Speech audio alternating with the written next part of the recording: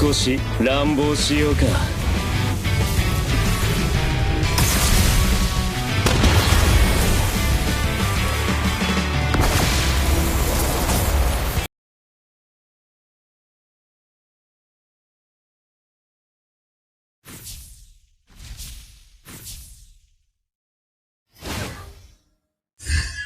僕はいつだって生徒思いのナイスガイさ。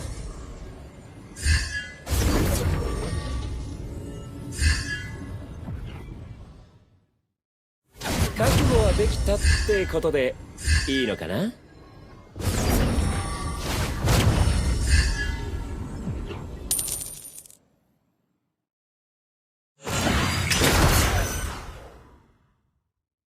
ま、好きな地獄を選んでよ。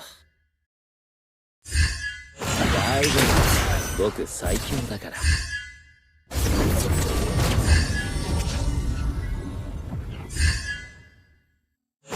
大丈夫、僕最強だから。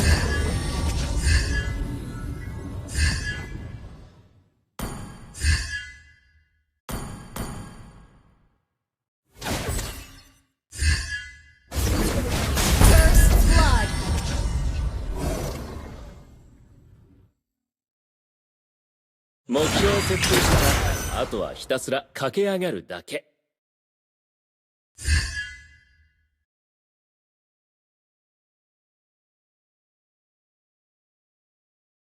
何が目的か知らないけど、一人でも死んだら僕らの負けだ。